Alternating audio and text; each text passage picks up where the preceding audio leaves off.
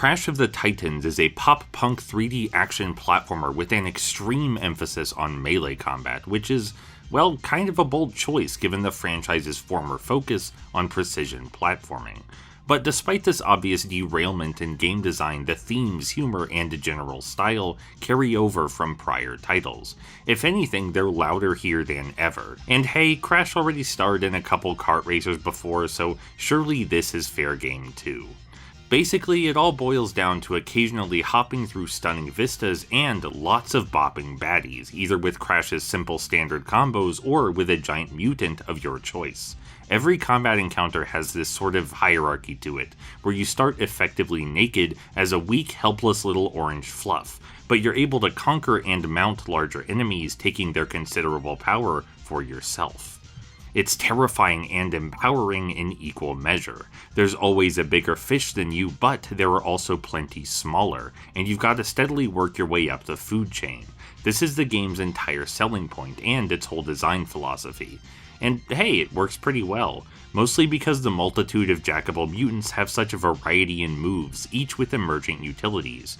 The character of every encounter is decided by which mega-sized goon you grab, in what order, and how you leverage their unique strengths. The game doesn't push you or the many different mutant abilities to their limit, but I was still actively forced to switch up my strategies and honestly, earnestly think about how to approach battle and with whom.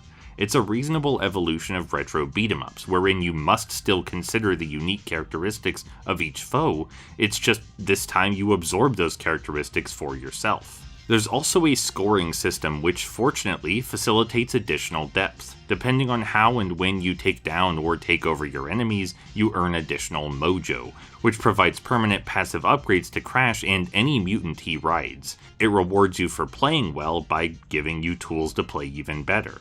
But all this action is only one half of an action platformer, so how's the jumping? You know, in this game featuring a Jumpy Jump mascot guy.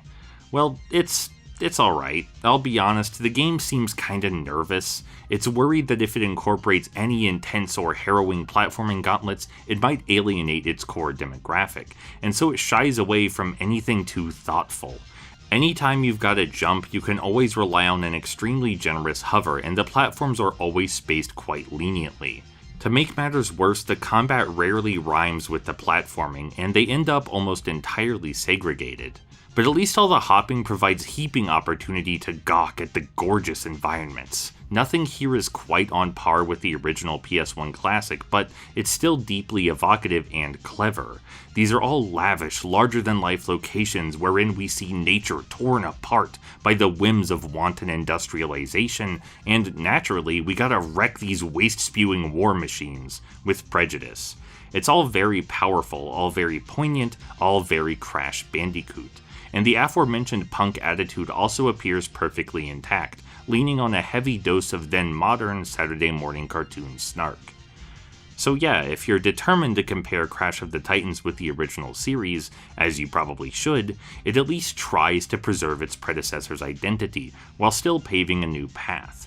I dislike the watered-down platforming and relative lack of challenge, but the combat does actually carry the experience. This is a good game with real heart and respect.